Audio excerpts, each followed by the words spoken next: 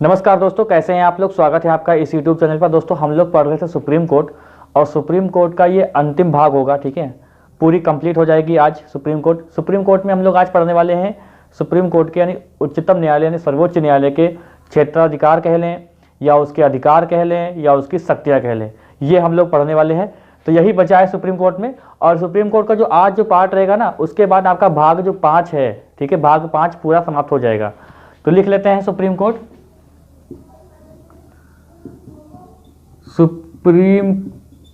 के क्षेत्राधिकार। ये ऊपर तक शो कर रहा है, मैं एक बार चेक कर लूं जरा। ठीक है, सुप्रीम हल्का सा ब्लर हो गया, यहाँ पे कोई दिक्कत नहीं है, हम लोग जानते हैं क्या पढ़ रहे हैं। तो सुप्रीम कोर्ट के क्षेत्राधिकार पढ़ने के लिए इसे हम लोग 7 भागों में बांटेंगे।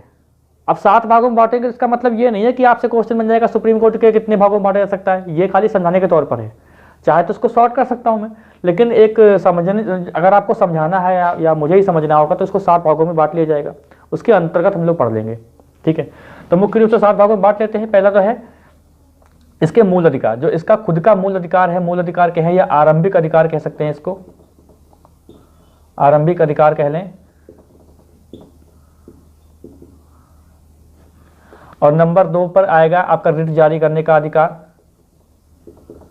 रिट जारी करने का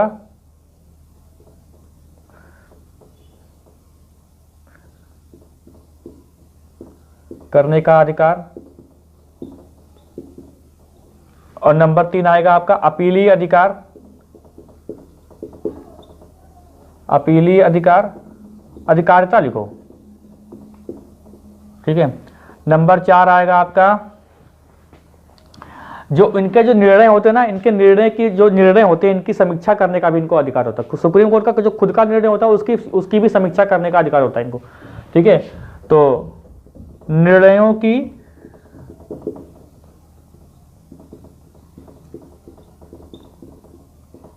समीक्षा करने का अधिकार।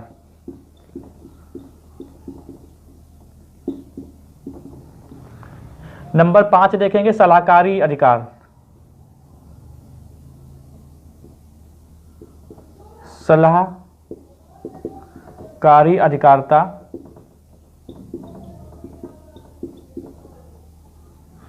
नंबर 6 देख लेंगे हम लोग न्यायिक पुनरावलोकन। ठीक है, न्यायिक पुनरावलोकन, न्यायिक पुनरावलोकन अधिकारिता।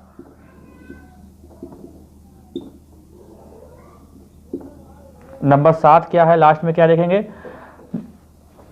उच्चतम न्यायालय अभिलेख न्यायालय के रूप में। ठीक है, उच्चतम न्यायालय अभिलेख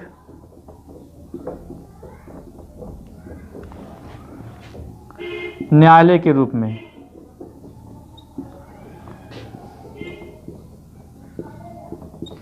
तो इन 7 चीजों को दोस्तों हमें समझना है कि ये 7 चीजें जो मैंने लिखाई हैं आपको, ये क्या है, इसके बारे में आपसे डिस्कस करने वाला हूं। ठीक है, आप भी लोग देखिए, पॉलिटी सब्जेक्ट ऐसा है कि ये व्यवहारिक सब्जेक्ट है।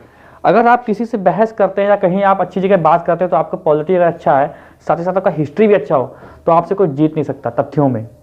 ठीक है, क्योंकि जिसको पॉलिटी अच्छी से आती होगी वो हर चीज़ अपने तथ्य के अनुसार रखेगा।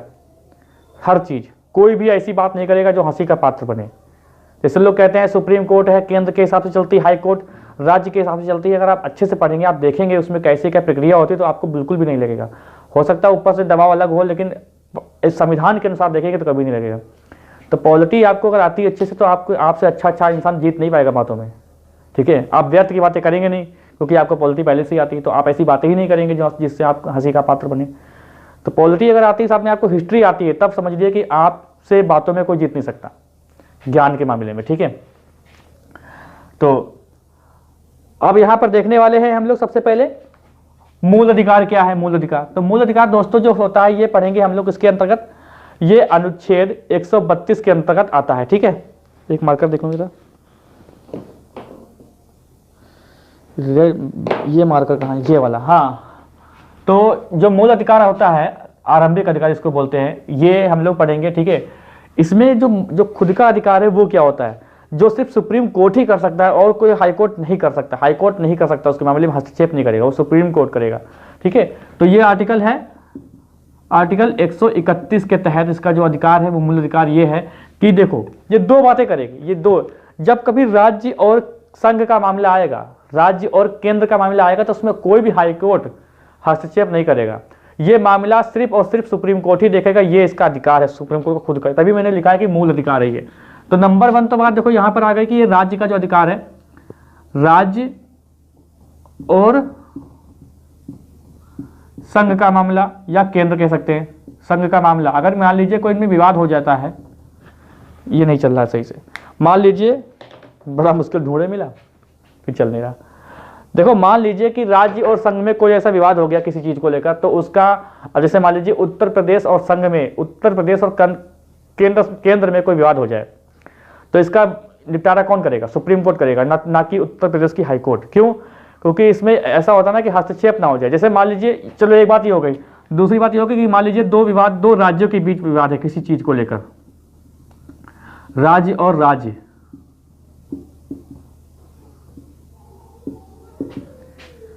राज्य के मामले, ठीक है। अब ये विवाद दो राज्यों के बीच में है, मान लीजिए उत्तर प्रदेश और बिहार के बीच में कोई विवाद है, तो इसका भी निपटारा सुप्रीम कोर्ट ही करेगा, इसके सिवा कुछ नहीं कर सकता। हाई कोर्ट नहीं करेंगे, क्योंकि हाई कोर्ट करेंगे तो क्या हो जाएगा, वो क्या बोलते हैं उसको, अरे पक्षपात हो जाएगा। जैसे मान लीजिए उत्तर प्रदेश की हाई कोर्ट से मामला आया तो भैया उत्तर प्रदेश में देखा जाएगा, हालांकि ऐसा होता नहीं, न्यायपालिका बिल्कुल न्याय सही से करती है अपने हिसाब से, लेकिन एक मतलब व्यवहारिक रूप से अगर कह सकते हैं तो इसीलिए नहीं दिया जाता है कि मान लीजिए संघ, उत्तर प्रदेश और संघ का मामला है और उसमें कोर्ट कौन देख रहा है? हाई कोर्ट सुनवाई कर रहे हैं। नहीं, ये सीधे सुप्रीम कोर्ट के पास जाएगा मामला। ये अनुच्छेद 131 के तहत इनको मूल अधिकार का मतलब मूल अधिकार दिया गया है। अच्छा, आपको मैंने बताया था जो 71 जो आर्टिकल है ना, राष्ट्रपति और उपराष्ट्रपति के लिए जब कोई चुनाव संबंधी कोई बात अगर होती है तो सुप्रीम कोर्ट ही देखता है। तो ये इसका मूल अधिकार तो दोस्तों नहीं है, ये इसका मूल अधिकार नहीं, लेकिन हाँ ये मान सकते हैं कि जो आरंभिक अधिकार के अंतर्गत या मान सकते हैं कि देखो मूल अधिकार में अगर आए तो दो ही आता है सुप्रीम कोर्ट के, एक तो राज्य संघ का मामला, ऊपर राज्य और राज्य का मामला। लेकिन यहाँ पर एक चीज लिख लो नोट के तौर पर कि अनुच्छेद जो 71 आर्टिकल जो 71 है, इसके तहत जो राष्ट्रपति हैं, राष्ट्रपति हुआ या उपराष्ट्रपति हुआ, इनसे संबंधित जो निर्वाचन होता है, ठीक है, चुनाव संबंधित विवाद, वो भी सुप्रीम कोर्ट देखेगा और कोई नहीं देख सकता।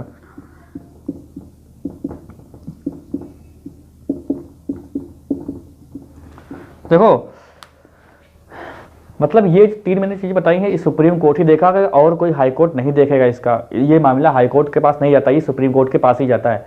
इसमें से 2 इसके तो मौलिक अधिकार हैं, सुप्रीम कोर्ट के खुद के मौलिक अधिकार है, मतलब आरंभिक अधिकार है, और ये जो है अलग हद के है, जो राष्ट्रपति और उपराष्ट्रपति के चुनाव संबंधी विवाद आता है, तो आर्टिकल 71 के तहत ये जो है जाता है सुप्रीम कोर्ट के पास। ठीक है, तो आपको समझ में अच्छे से आ गया होगा। इसको रफ करता हूं मैं, ठीक है। अब देखो आर्टिकल जो कितना पढ़ लिया आपने, 131, ठीक है। अब देखते हैं आर्टिकल जो ये वाला है ना, रिट जारी करने का, तो रिट जारी करने का जो अधिकार है ये किसमें है? ये मौलिक अधिकार में आता है। अनुच्छेद 32 के तहत सुप्रीम कोर्ट 5 प्रकार की रिट जारी करती है, और मैंने रिट आपको पढ़ा दिया है मौलिक अधिकार में, तो यहाँ पर मैं फिर से रिपीट नहीं करूंगा उसका, ठीक है, 2 बार हो जाएगा। रिट मैंने अच्छे से बताया था वहां पर मौलिक अधिकार चैप्टर में, पता नहीं किस भाग में, किस वीडियो की किस मतलब जो नंबरिंग पड़ी है ना थंबनेल पर, मुझे नहीं पता किस थंबनेल में है, लेकिन आप शुरू से देख रहे होंगे तो आपको पता होगा। ठीक है, तो रिट जारी करने का अधिकार अनुच्छेद 32 के तहत किसको है? सुप्रीम कोर्ट के है, और 226 के तहत हाई कोर्ट को है। ठीक है, यहाँ पर देखो कौन कौन सी 5 हैं रिटें। एक तो है बंदी प्रत्यक्षीकरण, ये सब मैंने बताया हुआ है, यहाँ पे मैं दोबारा नहीं बताऊंगा, बंदी प्रत्यक्षीकरण, और दूसरा है परमादेश, तीसरा है अधिकार परीक्षा, और चौथा क्या है? प्रतिषेध,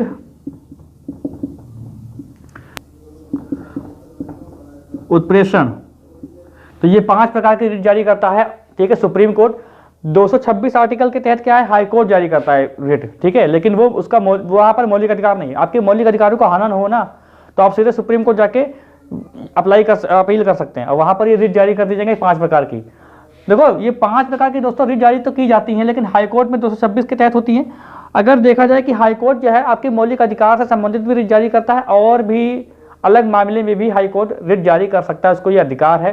पर सुप्रीम कोर्ट को ये अधिकार नहीं है कि वो मौलिक अधिकार के संबंध में ही रिट जारी करता है सुप्रीम कोर्ट, लेकिन हाईकोर्ट नहीं करता है। हाईकोर्ट जो है अलग मामले में भी करता है, ये हाईकोर्ट का अधिकार है, लेकिन सुप्रीम कोर्ट को नहीं। अगर आपसे क्वेश्चन बने कि रिट जारी करने के मामले में कौन ज़्यादा शक्तिशाली, तो हाईकोर्ट आएगा, उच्च न्यायालय, क्योंकि वो मौलिक अधिकार के साथ साथ अन्य मामले में भी रिट जारी करने की शक्ति रखता है हाईकोर्ट, लेकिन सुप्रीम कोर्ट नहीं। आपको देखो एक पढ़ना है, एक नोट के हिसाब से लिख लो कि एक आर्टिकल है 138, इसके तहत क्या है कि संसद जो है वो कानून बनाकर, संसद कानून बनाकर सुप्रीम कोर्ट को कुछ विशेष अधिकार, सुप्रीम कोर्ट को कुछ विशेष अधिकार दे सकता है।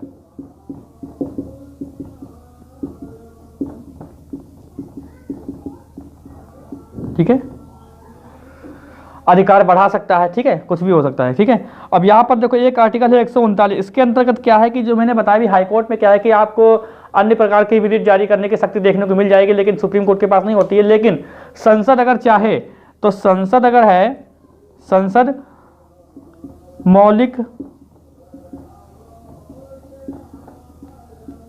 अधिकारों के साथ साथ अन्य मामलों में भी रिट जारी करने की शक्ति दे सकता है, दे सकती है संसद, तो दे सकती कहेंगे ना। सुप्रीम कोर्ट को बात हो रही है, सुप्रीम कोर्ट के लिए बात हो रही है, तो संसद कानून बनाकर सुप्रीम कोर्ट को कुछ विशेष अधिकार दे सकते हैं, अधिकार उसको बढ़ा सकते हैं, अधिकृत मतलब बढ़ा सकते हैं। या 139 में यह है कि संसद मौलिक अधिकारों के साथ साथ अन्य मामले में भी रिट जारी करने का अधिकार संसद दे सकती है। देखिए इसके पास नहीं होता है सुप्रीम कोर्ट के पास, तो यह आपको पता हो गया, रिट जारी करने का भी अधिकार इसके पास है। अब आते हैं हम लोग किस पे, अपीलीय अधिकारिता में देखते क्या आता है।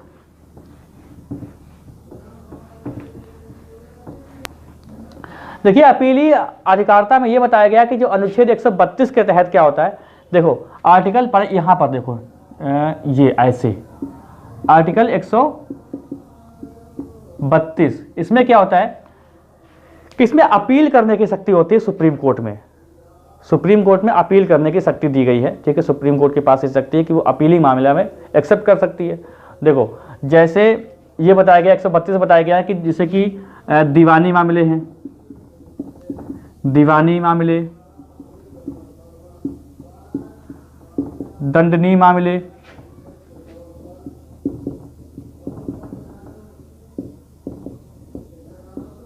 ठीक है, दंडनीय मामले, संविधान की व्याख्या संबंधित मामले,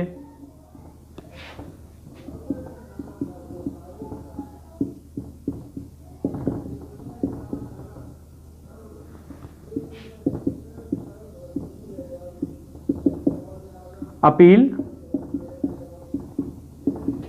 की जा सकती है।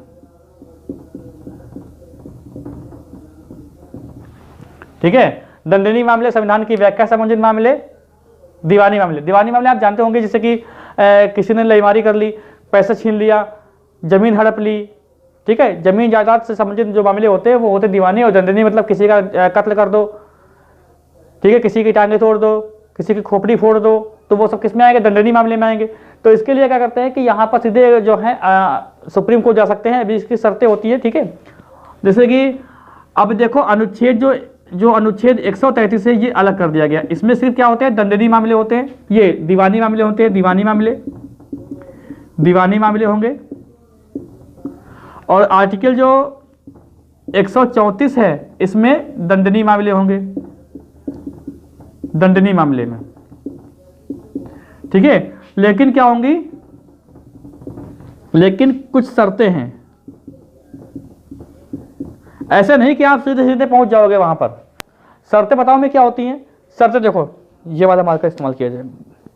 शर्तें ये है जैसे जैसे नंबर देखो, जैसे ऐसे बता दूं मैं आपको ना लिखे हुए, समझ लो आप। जैसे देखो क्या है कि हाई कोर्ट है, ठीक है, हाई कोर्ट है, वो अपने अधीनस्थ न्यायालय से कोई मामला अपने पास मंगवा कर दोष सिद्ध कर दे और मृत्युदंड दे दे, तब जो है आप सुप्रीम कोर्ट में दंडनीय मामले में अपील कर सकते हैं, ठीक है। दूसरी बात यह है कि अगर मान लीजिए कोई अधीनस्थ न्यायालय है, वहां पर किसी को दोष मुक्ति कर दिया गया है, लेकिन समझो फिर से समझो, जैसे कोई जैसे हाई कोर्ट है, हाई कोर्ट, पहला वाला पॉइंट समझाता हूं, पहले हाई कोर्ट है, हाई कोर्ट ने क्या किया कि कोई अधीनस्थ न्यायालय से जो मामला चल रहा था उसको अपने यहाँ बुलवा के उस पर जब फैसला करवा लिया और दोष सिद्धि हो गई और मृत्युदंड दे दिया। तो जो मृत्युदंड जो मिला है जिसको, उसके परिवारजन चाहे तो वहां पर अप्लाई कर सकते हैं, किसमें अपील कर सकते हैं, सुप्रीम कोर्ट में। दूसरा पॉइंट यह है कि जैसे मान लीजिए कि ये तो उसके पक्ष वाली बात हो गई, जो लोग जिसकी मृत्युदंड होने वाली है। एक पक्ष और है जो खुश नहीं है उसके न्याय से, मान लीजिए कोई अधीनस्थ न्यायालय है, ठीक है, अधीनस्थ न्यायालय है और वहां से क्या हुआ कि दोष से मुक्ति हो गई, मतलब उसका दोष जो है वो निर्दोष साबित हो गया।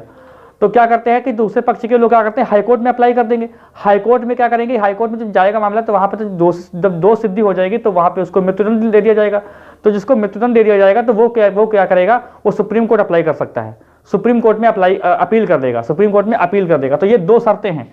तो यहाँ पर एक चीज और देखो दोस्तों कि जो आपके पास एक आर्टिकल आता है 134 का ए, ठीक है, 34 का ए आता है। ये क्या कहता है कि अगर आप सुप्रीम कोर्ट में अपील करने जा रहे हैं तो आपके पास हाई कोर्ट का प्रमाण पत्र होना चाहिए, ठीक है, तब जाके आप वहां पर अपील कर सकते हैं। आपके पास हाई कोर्ट का प्रमाण पत्र होना चाहिए। ये भी ये 134 ए में बाद में जोड़ा गया, तो ठीक है, हाई कोर्ट का प्रमाण पत्र होना चाहिए, हाई कोर्ट का प्रमाण पत्र भाई होना चाहिए। और अगर देखिए मान लीजिए कि हाई कोर्ट में प्रमाण पत्र नहीं मिल पा रहा है तो आप क्या कर सकते हैं कि आर्टिकल 136 के तहत सुप्रीम कोर्ट को यह अधिकार हो जाएगा कि वो क्या करे कि जो स्पेशल लीव पिटीशन होती है उसको स्वीकार कर लेता है वो, ठीक है। तो यहाँ पर लिखो स्पेशल लीव पिटीशन, एक टी होगी नहीं, इसको बोलते हैं एस, शॉर्ट में देखो इसको ऐसे लिखते हैं SPL, ठीक है। अब चलो सुप्रीम कोर्ट ने ये एक्सेप्ट कर लिया, लेकिन बाद में जांच में तो खारिज कर दिया, मान लीजिए इसको खारिज कर देते हैं। आपने तो क्या किया, ये इसके तहत आपने स्पेशल लीव पिटीशन डाल दिया, लेकिन सुप्रीम कोर्ट ने खारिज कर दिया। तो सुप्रीम कोर्ट ने एक और नियम बनाया है जो मतलब संविधान में इसका उल्लेख नहीं है, लेकिन उसके बाद आप क्या कर सकते हैं, उसको बोलते हैं उपचारात्मक याचिका, उपचारात्मक याचिका। उसके बाद आप क्या कर सकते हैं, उपचारात्मक याचिका। इसको अंग्रेजी में क्या बोलते हैं यार, इसको अंग्रेजी में बोलते हैं कुरेशन पिटीशन,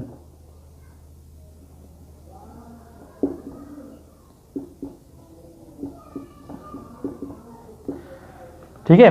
तो ये डाल सकता है। अब ये बिल्कुल अंतिम चरण होता है, बिल्कुल अंतिम, इसके बाद कुछ नहीं हो सकता। मान लीजिए किसी को फांसी होने से, निर्भया कांड में ऐसा हुआ था कि वो उपचारात्मक याचिका उन्होंने लगाई थी, ठीक है, उसके बाद तो आप जानते क्या हुआ। तो ये सबसे अंतिम, किसी को मृत्युदंड से बचाने के लिए आप इतना सब कुछ कर सकते हैं भाई कि हाई कोर्ट में मृत्युदंड हो गया तो आप सुप्रीम कोर्ट में अप्लाई कर सकते हैं, ठीक है। बस 134 ए का प्रयोग करना पड़ेगा, हाई कोर्ट का प्रमाण पत्र लेना पड़ेगा, तब जाके वहां पर अपील हो सकता है। अगर वो मान लीजिए कि नहीं मिल पाया तो आप स्पेशल लीव पिटीशन लगा सकते हैं। मान लीजिए खारिज भी हो गई तो आप क्या कर सकते हैं, आप उपचारात्मक याचिका की अपील कर सकते हैं, ठीक है। तो यहाँ पर ये अंतिम चरण होता है सुप्रीम कोर्ट में, समझ गए कि नहीं। तो आपको समझ में अच्छे से आ गया होगा, इसका मैं रफ करता हूँ, ठीक है। कोई भी आपके डाउट अगर दिमाग में आ रहा हो तो आप सवाल कर सकते हैं, आप सवाल करने के लिए बिल्कुल जो है स्वतंत्र है।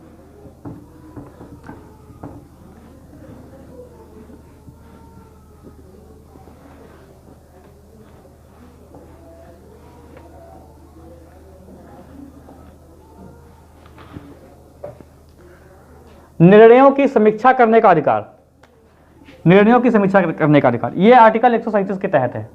आर्टिकल 137 के तहत क्या है, सुप्रीम कोर्ट को यह अधिकार दिया गया कि सुप्रीम कोर्ट अपने ही निर्णय को बदल सकती है। जैसे आपने, जब मैंने आपको मौलिक अधिकार पढ़ाया था तो 1960 में क्या हुआ था कि जब मामला आया था मौलिक अधिकार से संबंधित, तो उसने प्रस्तावना का जो है हवाला दिया था, तो उसमें कहा था कि प्रस्तावना संविधान का भाग नहीं है, प्रस्तावना संविधान का भाग नहीं है। फिर यही फैसला पलट दिया गया था 1973 में, कहा गया था प्रस्तावना संविधान का भाग है। पहले कहा कि प्रस्तावना संविधान का भाग नहीं है, बाद में 1973 में कहा कि प्रस्तावना जो है संविधान का भाग है। तो ये बात आपको यहाँ पर पता लग गई कि अपने ही निर्णयों की समीक्षा करने का अधिकार है 137 के तहत, आर्टिकल 137 के तहत। और सलाहकारी की अधिकारिता क्या है, ये 143 के तहत है, आर्टिकल 143। ठीक है, ये क्या है, इसमें मैंने बताया कि जो राष्ट्रपति होते हैं वो अपने संविधान मतलब क्या बोलते हैं संवैधानिक मामले में, ठीक है, राष्ट्रपति जो होते हैं अनुच्छेद 143 के तहत संवैधानिक मामले में सुप्रीम कोर्ट से परामर्श ले सकते हैं। लेकिन ये कोई जरूरी नहीं है, ये कोई मतलब क्या कहते हैं उसको, दबाव नहीं है कि सुप्रीम कोर्ट परामर्श दे ही, और ये भी दबाव नहीं है कि राष्ट्रपति उस परामर्श को माने भी। भाई परामर्श का मतलब क्या होता है, मैं आपसे कोई राय मांगू तो क्या आप मुझे जो राय देंगे वो मुझे मानना ही पड़ेगा, या मैं आपसे कोई राय मांगू तो क्या आपको देना ही पड़ेगा, ये तो समझने वाली बात है। तो ये 143 के तहत अलग से बनाया गया है, संवैधानिक मामले में राय लेते हैं। मैंने बताया था कि के आर नारायण जो थे तो वो 1998 में राय लिया था, उससे क्या बोलते हैं मुख्य न्यायाधीश से राय ली थी भाई कि जो आप कॉलेजियन सिस्टम लाए हो, तो क्या जब आप किसी का नाम भेजते हो तो क्या मुझे वो साइन करने ही पड़ेंगे। तो उन्होंने कहा था ऐसा नहीं है, आप परामर्श के लिए भेज सकते हैं दोबारा, बाद में अगर वही नाम फिर से तो आपको साइन करनी पड़ेगी। तो ये बात आपसे ठीक है बताया था मैंने पहले भी, ठीक है। तो सलाहकारी अधिकारिता भी हो गया। न्यायिक अधिकारिता है, ये देखो क्या है, ठीक है, इसमें देखो क्या है कि न्यायिक पुनरावलोकन। देखो ऐसा है कि ऐसा कोई भी संविधान संशोधन, ठीक है, जो मूल संविधान के ढांचे को नुकसान पहुंचा रहा हो, ठीक है, ऐसा कोई भी संविधान संशोधन जो संविधान के मूल ढांचे को नुकसान पहुंचा रहा है, सुप्रीम कोर्ट उस संविधान संशोधन को शून्य कर देगी। मतलब कोई भी वो संविधान संशोधन नहीं माना जाएगा, उसको शून्य कर देगी वो, ठीक है। इसके लिए दो शर्तें हैं। पहली बात तो ये कि जैसे मान लीजिए कोई संविधान संशोधन अगर हुआ है, ठीक है, तो वो चेक करेंगे कि कहीं मूल ढांचे में तो इसका प्रभाव तो नहीं पड़ रहा है, नहीं पड़ रहा, अगर पड़ेगा तो शून्य कर देंगे। दूसरी बात देखो एक और है कि 24 अप्रैल 1973 से पहले जो भी 9वीं अनुसूची में कानून बने हैं उनकी समीक्षा नहीं की जाएगी, बस ये कह दिया गया। 24 अप्रैल डेट आपको याद रखेगी, 24 अप्रैल 1973 से पहले जो भी 9वीं अनुसूची में कानून बनाए गए हैं उसकी समीक्षा नहीं की जाएगी, ठीक है। और दूसरी बात है कि जो भी संविधान संशोधन होंगे वो मूल ढांचे को मतलब जो है नुकसान ना पहुंचा रहे हो, अगर पहुंचा देंगे तो शून्य घोषित किया जाएगा। समझ गए कि नहीं। तो ये हो गया न्यायिक पुनरावलोकन, ठीक है। तो इसके कितने भाई दो सीमाएं हैं, इसकी दो सीमाओं से बाहर काम नहीं करेगा। चलिए, उच्चतम न्यायालय अभिलेख न्यायालय के रूप में देखो ऐसा है, हम लोगों ने बहुत इतिहास तो पढ़ी होगी जहाँ पर जो राजा थे वो अपने अभिलेख लिखाते थे, अभिलेख से ही बहुत सारी बातें पता लगती हैं हम लोगों को। तो इनके भी जो अभिलेख होते हैं वो न्यायालय के रूप में काम करते हैं, ठीक है। इनके भी जो हैं वो न्यायालय के रूप में काम करते हैं, और जो इन्होंने जो निर्णय दिया है सुप्रीम कोर्ट ने, तो उन निर्णयों को सुरक्षित रखा जाता है, ठीक है। जैसे मान लीजिए कोई भी निर्णय आया किसी चीज़ पर, किसी भी मामले में, तो उस निर्णय को सुरक्षित रखा जाता है। क्यों? क्योंकि जो अधीनस्थ न्यायालय है ना, वो जब ऐसा ही केस उनके पास आए तो उसी का उदाहरण लें कि जब मान लीजिए किसी एक्स ने क्या किया, मर्डर कर दिया, एक्स ने क्या मर्डर किया, ठीक है, या 2 गोली मार के मर्डर किया, तो मान लीजिए कि सुप्रीम कोर्ट ने उस पर क्या दिया था, मतलब उम्र कैद सुनाई थी। तो ये ऐसा ही केस अगर इनके यहाँ पर फाइनल हो चुका है, तब ये अपना दिमाग जज ना लगाएं। अगर ये मामला यहाँ पर आ गया है तो इसी का उदाहरण देके ये भी यहाँ पर उम्र कैद की सजा दे सकते हैं, ठीक है। ये और देखो, कोर्ट की जो निर्णय होती है उसकी अवमानना करने पर सजा का प्रावधान भी है। अगर भले ही मुख्य न्यायाधीश हों, भले ही न्यायाधीश हों, अगर आप अवमानना करते हैं तो सजा का प्रावधान है। जैसे आपने सुना होगा कि अभी कुछ दिन पहले ही हाईकोर्ट जो कलकत्ता हाईकोर्ट के एक न्यायाधीश थे, क्या नाम था, कर्णन का कोई नाम था उनका, तो इनको जेल भी हो गई थी क्योंकि इन्होंने अवमानना की। तो जो न्यायालय के जो अभिलेख होते हैं वो खुद ही न्यायालय होते हैं, ठीक है। अच्छा, सुप्रीम कोर्ट की भाषा मैंने बताई थी आपको, बताओ कमेंट बॉक्स में सुप्रीम कोर्ट की भाषा कौन सी है और किस अनुच्छेद के तहत है, जरा बताना। मैं देखूँ कि कहाँ तक आप लोग वीडियो देखते हैं। कुछ भी हो, अगर आपको नहीं पता तो आपको तो सर याद नहीं है, लिखो जरा, मैं देखूँ कौन कौन देख रहा है वीडियो को, ठीक है। सुप्रीम कोर्ट अभी अचानक से याद आ गया। एक बात और है, जो मैंने अभी भी आपको बताया था कि जो आपको बताया था मैंने उपचारात्मक याचिका, इसका पहली बार प्रयोग हुआ था 2002 में, पहली बार आया था। ये मतलब संविधान में नहीं है। एक पति पत्नी का केस था, मुझे ठीक से याद नहीं है, वो अलग चीज़ है, थोड़ी कहानी है उनके बीच में, कुछ केस हुआ था, तो वहाँ पर क्या है उपचारात्मक याचिका दायर की गई थी 2002 में, पहली बार ऐसा हुआ था। ठीक है, अच्छा अब सुनो, आर्टिकल 145 क्या कहता है ये जान लो। अब ये बात आपके खत्म हो गई। ठीक है, तो न्यायालय में जो मतलब जो जिस पे निर्णय आ चुका है वो सब अभिलेख साथ में जो है रखे जाते हैं, मतलब सुरक्षित रखे जाते हैं ताकि आगे काम आए। कभी वो सब सुरक्षित रखे जाते हैं ताकि कभी आगे काम आए, जब ऐसा कोई बात आए तो उनका हवाला देकर कोई फैसला सुनाया जा सके। ठीक है, और इनको सुरक्षित रखे। अगर इनको कुछ अगर आप हानि पहुंचाते हैं या मानना होती है तो न्यायाधीश भले ही हों, सजा मिलेगी उनको। ठीक है, चलिए अब मैं बताता हूं आपको 145 आर्टिकल 145 समझो क्या है, सुप्रीम कोर्ट के लिए ही यही है। ठीक है, सुप्रीम कोर्ट को देखो क्या है कि सुप्रीम कोर्ट को शक्ति दी गई है, सुप्रीम कोर्ट को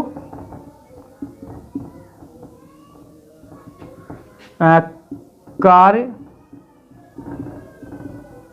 संचालन की शक्ति दी गई है।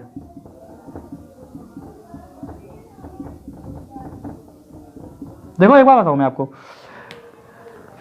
सुनो, जैसे संसद नहीं है, संसद 118 अनुच्छेद के तहत अपने कार्य संचालन की उसको शक्ति दी गई, ऐसे सुप्रीम कोर्ट भी शक्ति दी गई है कि 145 के तहत अपने नियम बना सकती है भैया, और अपने संचालन, अपने जो कार्य संचालन है, जो भी नियम है, विनियमन है, ठीक है, जो भी निर्णय सुनाने की जो प्रक्रिया है, वो सारे के सारे अपने कानून खुद बना सकती है। अनुच्छेद 145 के तहत अपना निर्णय खुद कर सकती है, कैसे हमें सुनवाई करनी है, किस समय करनी, सब कुछ ये निर्णय खुद ले सकते हैं। ठीक है, और देखो दोस्तों, इसी के तहत संवैधानिक पीठ का गठन होता है, इसी के तहत संवैधानिक पीठ का गठन होता है, संवैधानिक पीठ।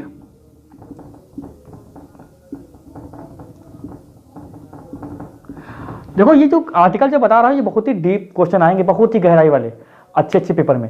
भाई अगर आपसे पूछे कि सुप्रीम कोर्ट को कार्य संचालन की शक्ति किस अनुच्छेद में दी गई, तो आप क्या लगाएंगे बताओ भाई, है ना गहराई वाला क्वेश्चन। आपको एक लाइन में लिखा दिख रहा है, आपको लग रहा है कुछ नहीं है, ये बहुत बड़ी बात है। ठीक है, अब देखो संवैधानिक पीठ का जब गठन होता है, जब संविधान की व्याख्या करनी होती है ना किसी चीज को लेकर, जब कभी बात बड़ी हो जाती है तो उसके लिए आयोजन क्या है, संवैधानिक पीठ का गठन होता है। और संवैधानिक पीठ मैंने कई बार बताया है कि आपको हमेशा विषम संख्या में होगी, 5, 7, 9, 11, 13। क्यों? क्योंकि मामला टाई ना हो। ठीक है, 2, 3 हो, 6, 7 हो, ऐसे। ठीक है, 4, 5 हो, 4, 3 हो, ऐसे।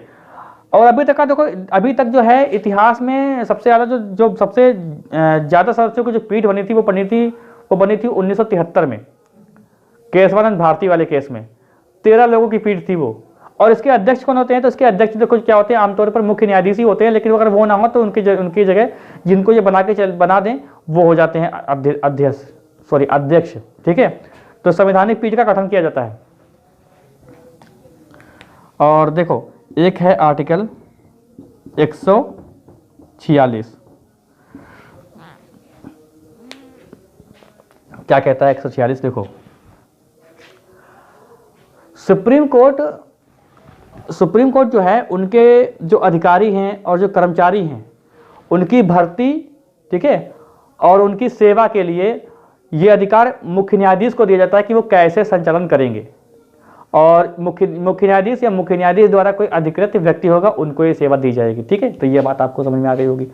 तो आपका भैया आज जो है सुप्रीम कोर्ट पूरा समाप्त होता है। अगर आपने चारों क्लासेस देखी होंगी ना तो आप अच्छे से किसी को समझा सकते हैं कि भैया देखिए जो आप कहते हैं वो ऐसा है नहीं, वो हम लोगों को लगता है। सुप्रीम कोर्ट बहुत ही बढ़िया तरीके से मैंने आपको बताई है। ठीक है, तो मुझे नहीं लग रहा कि कोई चीज़ बची है दोस्तों। तो आपको कैसा लगा और वीडियो तो आप लोग बताइएगा। और जो मैंने क्वेश्चन पूछा कि सुप्रीम कोर्ट की भाषा कौन होती है और किस अनुच्छेद के तहत होती है वो आपको बताना है। ठीक है, तो मिलते हैं हम लोग अगली क्लास में। हाँ, क्लास शायद थोड़ी लेट हो जाएगी। अब मुझे लग रहा है कि शायद मंडे को ही क्लास आपको मिलेगी, क्योंकि मैं कोई कहीं बाहर जा रहा हूँ, तो मंडे को ही क्लास मिलेगी। ठीक है, अपने साथियों के साथ वीडियो को शेयर कीजिएगा। चैनल पर जो लोग नए हो चैनल को सब्सक्राइब कर लें, बेल आइकन दबाने जरूर।